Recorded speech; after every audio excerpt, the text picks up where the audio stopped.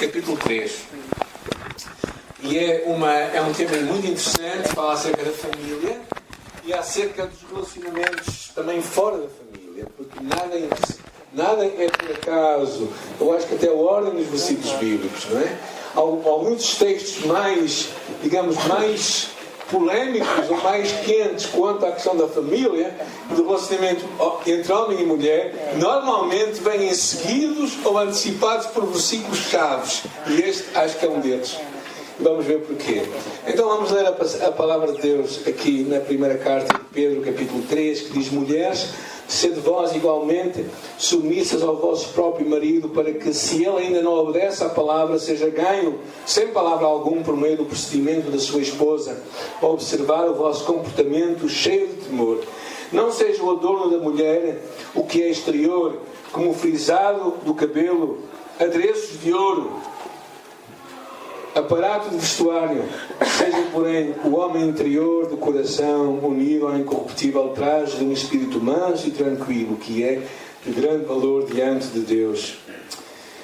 Pois assim também que a si mesmas se ataviavam outrora as santas mulheres que esperavam em Deus, estando submissas ao seu próprio marido, como fazia Sara, que obedeceu a Abraão, chamando-lhe Senhor, da qual vós vos tornastes filhas, praticando o bem e não temendo perturbação alguma. Maridos, vós igualmente vivei a vida comum do lar com discernimento, e tendo em consideração para com a vossa mulher como parte mais frágil, tratei-a com dignidade, porque sois juntamente herdeiros da mesma graça de vida, para que não se interrompam as vossas orações. E finalmente, sede todos de igual ânimo, compadecidos, fraternalmente amigos, misericordiosos, humildes, não pagando mal por mal ou injúria por injúria, antes, pelo contrário, bendizendo. Pois para isto fostes chamados, a fim de receberdes bênção por herança. Pois quem quer amar a vida e ver dias felizes, refreie a língua do mal e evite que os seus lábios falem dolosamente. Aparte-se do mal, pratique o que é bom, busque a paz, empenhe-se por alcançá-la, porque os olhos do Senhor repousam sobre os justos e os seus ouvidos estão abertos às suas súplicas, mas o rosto do Senhor está contra aqueles que praticam males. Amém? Amém. Amém. Que grande palavra de Deus, não é?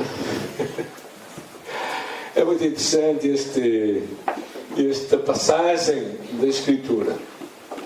Claro, vivemos tempos onde tem havido, ao longo dos últimos décadas, um grande movimento feminista em resposta ao machismo que tem sido preponderante ao longo dos últimos séculos.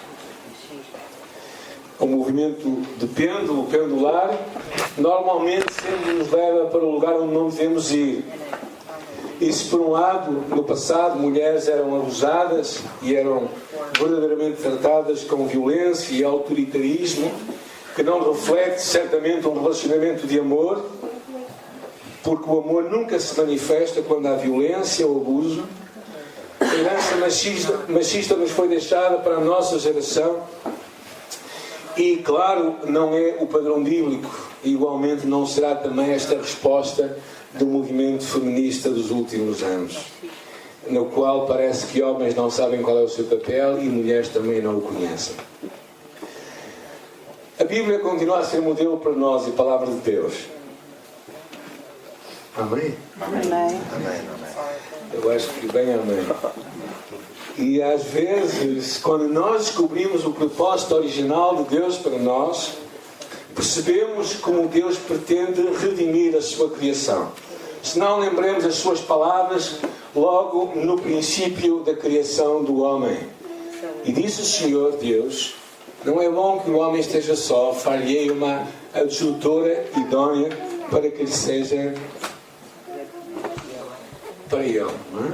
Ou seja, Deus claramente apresenta aqui a mulher não como uma subalterna, mas como colaboradora e participante no projeto que Deus tinha para o mundo e certamente também para a família. E Pedro aqui retoma, ele tinha falado, semana passada falámos do relacionamento que o cristão tem com o mundo, em que está, o relacionamento que tem com as autoridades, o relacionamento que tem com os patrões e basicamente olhando para Cristo como nosso modelo. E aqui ele entra num aspecto mais específico, que é o relacionamento no âmbito da família, não é? E claro, desenvolve um tema que eu acho interessante, no qual eu chamo a beleza que vem do interior. Ele pega neste assunto, não é? Que a beleza da mulher não se encontra na sua aparência exterior, apreciada pelos homens, mas na beleza interior que é apreciada por Deus. Fala desta atitude, versículo 1 e versículo 2, de submissão e respeito. Esta submissão não é necessariamente o facto de ser calcada pelos homens, mas o facto de perceber que está num relacionamento de casamento, está debaixo da autoridade do homem. E por isso, o propósito de haver ordem na casa, ela deve estar sujeita ao seu marido. E o marido deve assumir a liderança, tal como Cristo também assumiu a liderança. E por isso fala-se de uma atitude que a mulher deve ter, que eu acho interessante, que é uma atitude quieta e não revoltosa. Através de um comportamento cristão, os maridos que não eram crentes, eventualmente viriam a conhecer a Deus e teriam um encontro com Deus. E este é o ponto que ela procura desenvolver. Esta importância de que verdadeiramente aquela sua atitude de submissão a Deus também, sabendo que Deus é que vê todas as coisas, ela irá assim ganhar o seu marido. A ideia dela ser genuinamente belas não quer dizer quanto mais feia melhor. Não é isso que está a dizer aqui a Escritura. Mas a ênfase que ele realmente procura dar, que eu acho interessante, não se encontra nesta aparência exterior que é tão valorizada pelos homens, na beleza interior que é tão apreciada por Deus. As mulheres cristãs sabem que a fonte da beleza vem de dentro e não de fora. Eu acho que isso é muito interessante. Ou seja, elas devem ser tão bonitas por fora quanto são bonitas por dentro. Por isso é que ele fala aqui dos cabelos, não é? Algumas irmãs sentiram-se incomodadas por quando foram ao cabeleireiro, se calhar. Que diz aqui o versículo 3, não é? Diz: não seja o adorno da esposa o que é exterior, o frisado do cabelo, adereços de ouro, não é? E é interessante aparatos de vestidos, não é? Ou seja, o que Pedro quer mostrar claramente era que aquela exuberância exterior, aquela produção, digamos assim, exterior, não é o que revela a beleza necessariamente interior. E se temos que escolher alguma coisa, é importante escolhermos o que dura para sempre, que é o que está cá dentro. Há uma história, há uma igreja gaulesa em Londres, muito bonita, tem um frontal, um pórtico muito bonito, e naquele pórtico os símbolos da fé cristã. No arco central está uma Bíblia, está uma harpa, e nas duas portas laterais pombas. Mas por dentro, naquele templo, não há nada. Está completamente vazio. Só terra, sujidade, está vazio. É uma imagem triste de algumas vidas, não é? Em que olhamos para as pessoas e parecem bem produzidas, bem bonitas, mas quando vamos ver por dentro há pouco a aproveitar. E, o que Pedro está a querer mostrar é que realmente a nossa beleza, a beleza da mulher cristã, exterior devia ser um reflexo de algo interior que está a ser desenvolvido. Num espírito que eu acho interessante, que é um espírito quieto e calmo, não é? Um espírito manso. E claro, ele aqui pega num exemplo. O exemplo de quem? De Sara. Agora, Sara, daria muito para falar sobre Sara. Aquela que foi mulher aos 90 anos de idade, mãe aos 90 anos de idade. Não é? Aquela mulher que viu ela a ser alvo de chacota, de inveja, por a sua criada Agar, que teve filhos antes dela. Mas é interessante que a palavra fala lá em Gênesis capítulo 18, versículo 12, acerca da sua atitude. Eu achei muito interessante ao ler esta passagem. Diz assim: e riu-se, pois, Sara no seu íntimo, dizendo consigo mesma: depois de velha e velho também o meu Senhor terei ainda prazer. A Sara realmente tinha uma relação de confiança e também ao mesmo tempo de um santo temor em alguns aspectos, eu acho. A Provérbios nos chama a podermos temer a este Deus. Diz: não temas o pavor repentino, nem a investina dos perversos quando vier, porque o Senhor será a tua esperança. A ideia de que uma mulher de Deus sabe confiar e esperar em Deus.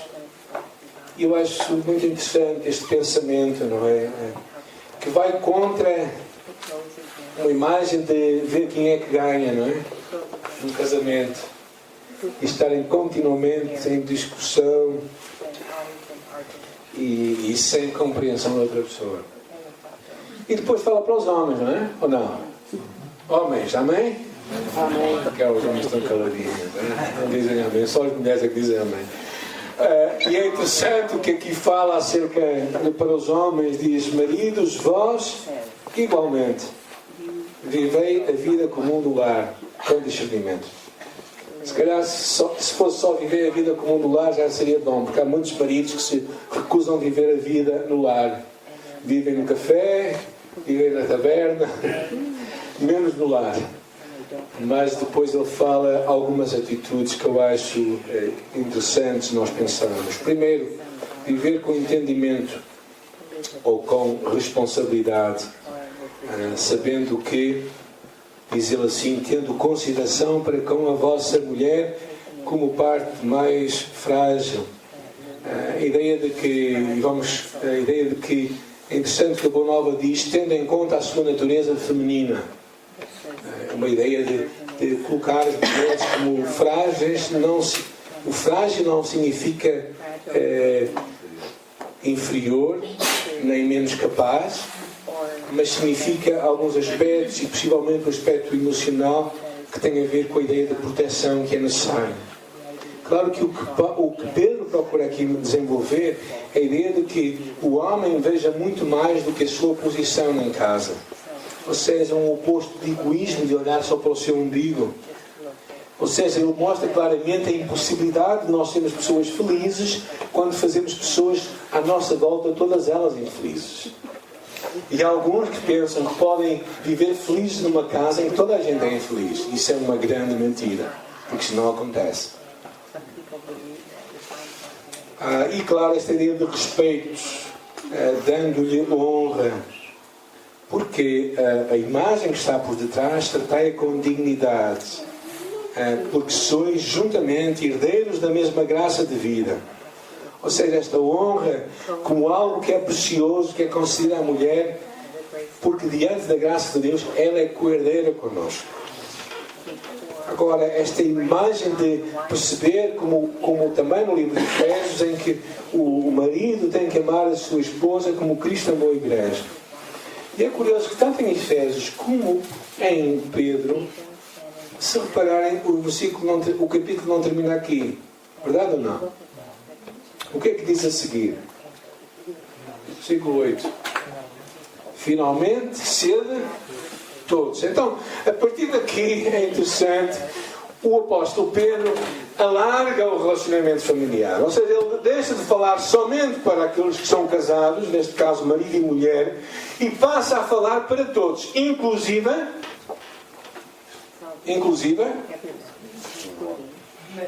marido e mulher. Por isso, os conselhos que vêm aqui, vêm para toda a gente, que eu acho interessante. Por isso existe aqui a necessidade, não terminamos o capítulo no versículo 7, mas continuamos esta leitura e entendemos o quanto o Evangelho tem que mudar o nosso relacionamento com todos os homens. Um dos homens que explorou a Antártica chamava-se Ernest Shackleton. e passou tempos muito difíceis naquele continente gelado. E uma vez lhe perguntaram para que ele pudesse contar uma das histórias mais impressionantes que ele passou naquele lugar. E ele contou uma experiência numa certa noite, talvez o seu momento mais terrível, quando ele e os seus homens estavam amontoados numa cabana de emergência. E naquela noite lhes foi entregue as últimas porções de alimento. Estavam à espera de ajuda que viesse do exterior. E enquanto os seus homens dormiam profundamente, Shackleton permanecia acordado, com os seus olhos cerrados. E de repente, viu um movimento sorrateiro de um dos homens.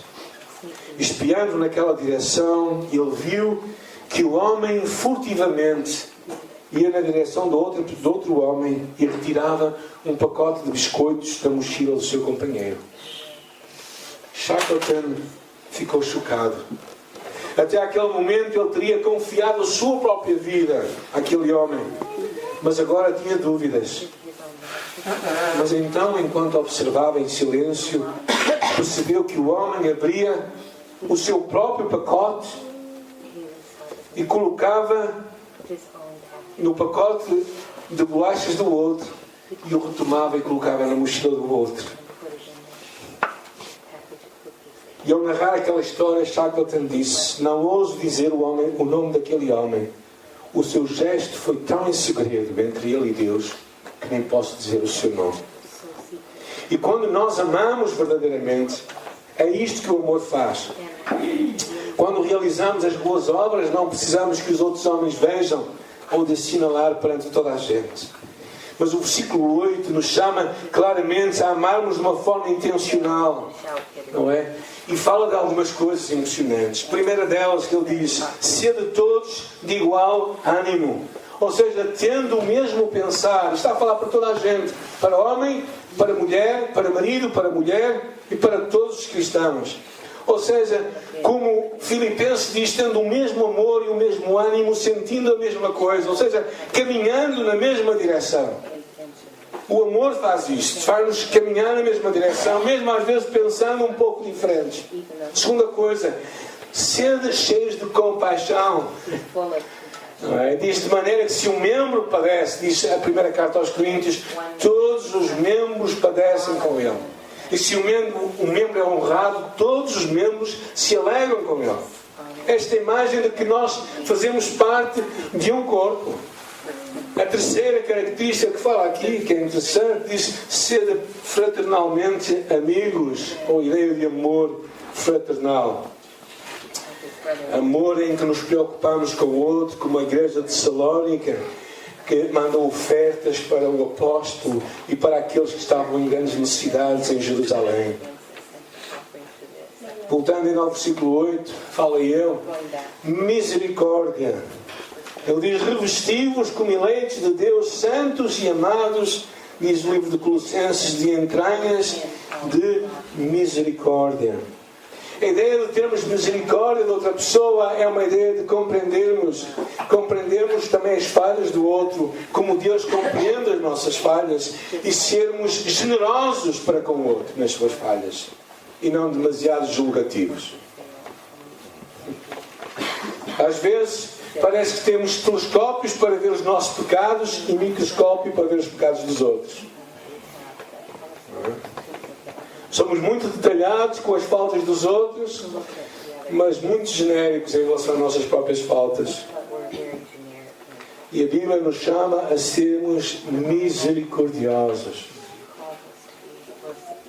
Se nós quisermos ter algo contra alguém, sempre vamos arranjar. Misericórdia significa sermos generosos com os outros nas suas faltas. E ele termina este versículo como sendo... O que é que diz? Versículo 8. Humildes. E claro, poderíamos pensar muito no exemplo de Jesus Cristo, que sendo semelhante a Deus, não teve por usurpação ser igual a Deus, mas humilhou-se a si mesmo, de uma forma de servo, como servo foi à cruz.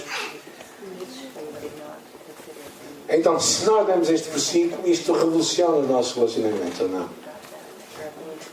Porque este versículo também fala para marido e para mulher, certo ou não? Ou é só os outros que estão a falar? Isto vai muito longe, muito longe.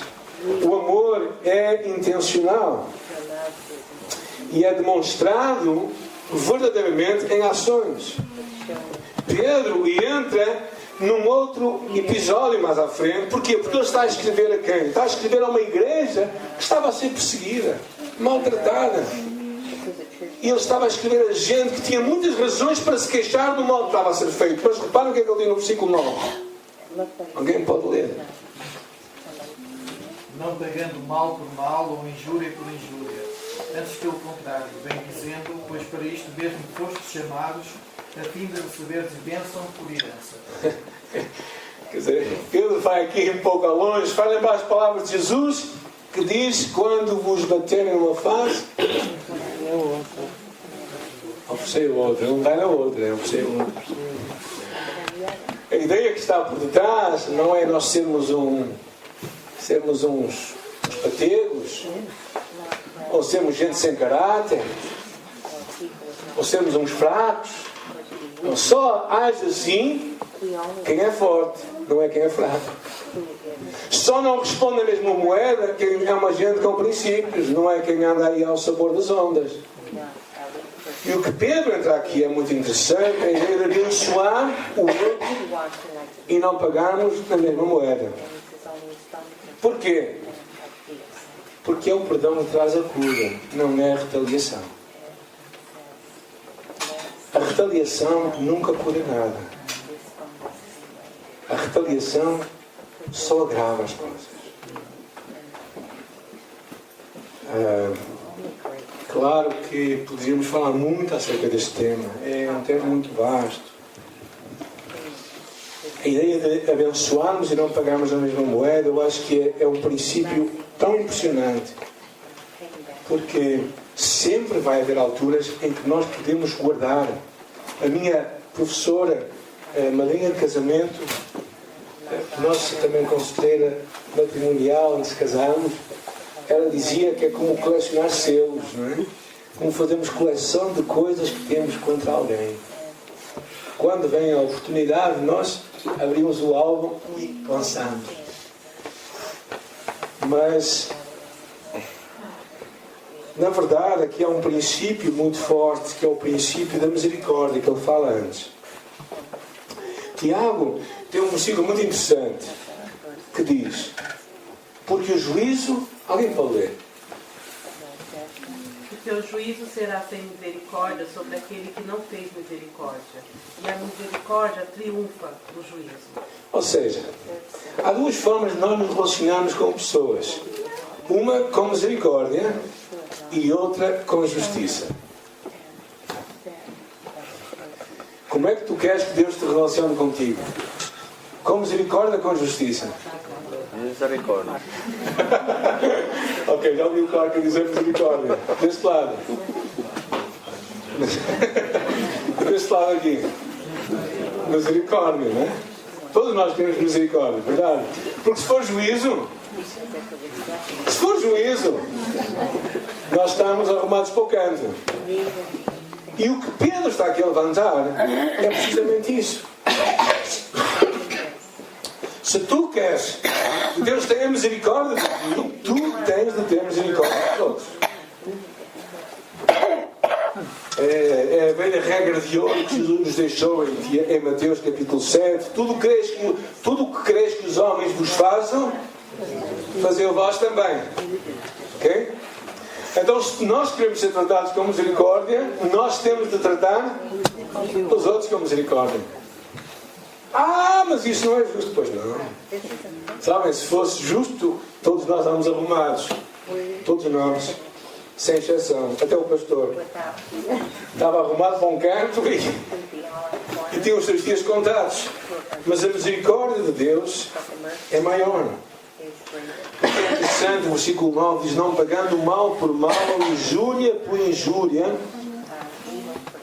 É interessante que não é só o pagamento, mas ele vai mais longe. Antes, pelo contrário, bendizendo, porque para isto foste chamados. Sabem, dar o pagamento daquilo que nos fazem é humano, mas pagar de outra forma é divino. E se calhar nós precisaríamos de passar algumas das coisas que alguns dos nossos irmãos passaram em alguns lugares, por amor da sua fé.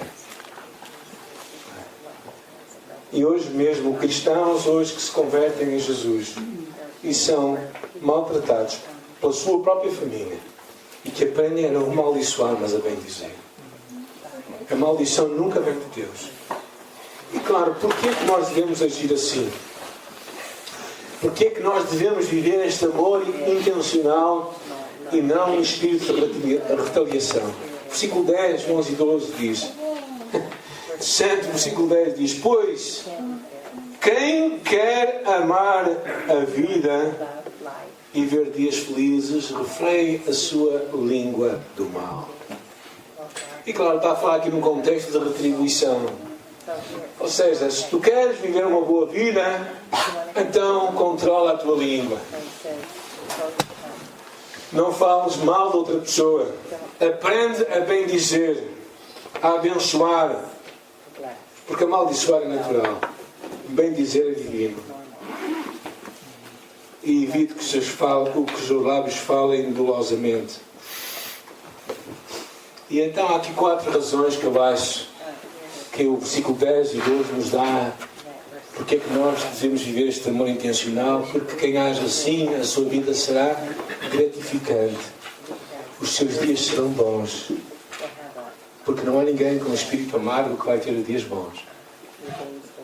Depois os olhos do Senhor estarão sobre ele para o abençoar e os ouvidos para o ouvir. Porque eu achei muito interessante este versículo 10 que diz: quem quer amar a vida e ver dias felizes, refreie a sua língua do mal.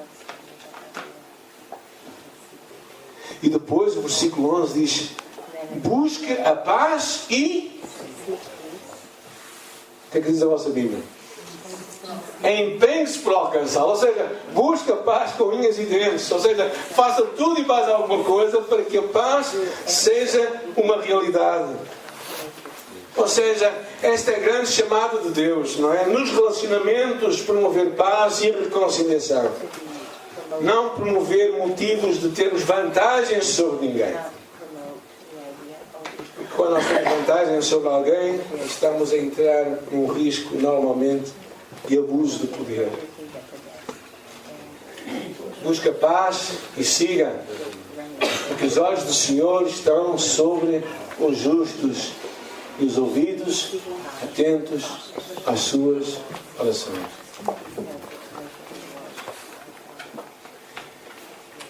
Porque, já agora eu passei à frente uma coisa importante, que no versículo 7 diz: quando o marido não trata bem a mulher, as orações dele não vão ser escutadas. Ou seja, a oração vem de um relacionamento de paz e de reconciliação. São versículos impressionantes. Eu encorajo-vos nesta semana a sondar o vosso coração, a vossa vida, e a pensar em como é que está o meu relacionamento com as outras pessoas. Como é que eu estou a viver esta paz que Deus diz para eu viver e empenhar-me a vivê-la. Porque o mais natural é nós não vivermos a paz de Deus. E isso qualquer pessoa pode... Se alguém nos faz bem e nós fazemos bem a Ele, isso é natural. Mas quando alguém nos faz mal e nós retribuímos em bem, isso é divino. E é o que Deus espera de ti e de mim. Cada um de nós. E Pedro, quando nos dá esta passagem, é verdadeiramente impressionante.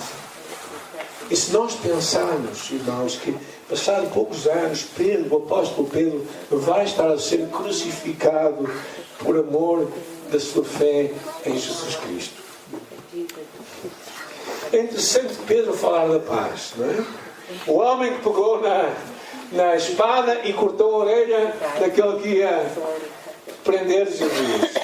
O homem homem que também era sempre explosivo e sempre ali a mexer. Alguém que diz: busca a paz e segue. Eu acho que é o que Deus quer para todos nós, para que os relacionamentos possam funcionar. E nós precisamos de escutar o nosso coração e empenharmos a nós. Talvez alguns estejam a dizer assim: bem, e eu estou-me a lembrar, se aquela pessoa estivesse aqui na igreja, aquela mensagem é para ela. Não, aquela mensagem não é para ela, aquela mensagem é para ti, porque tu é que estás aqui hoje. E o Espírito Santo não vai levar a mensagem lá. Quer dizer, pode até levar, mas não assim como vocês hoje estão a ouvir aqui. Deus está a falar é contigo e comigo que estamos aqui hoje. Não é com os outros que não estão aqui. Os outros que não estão aqui, não estão cá.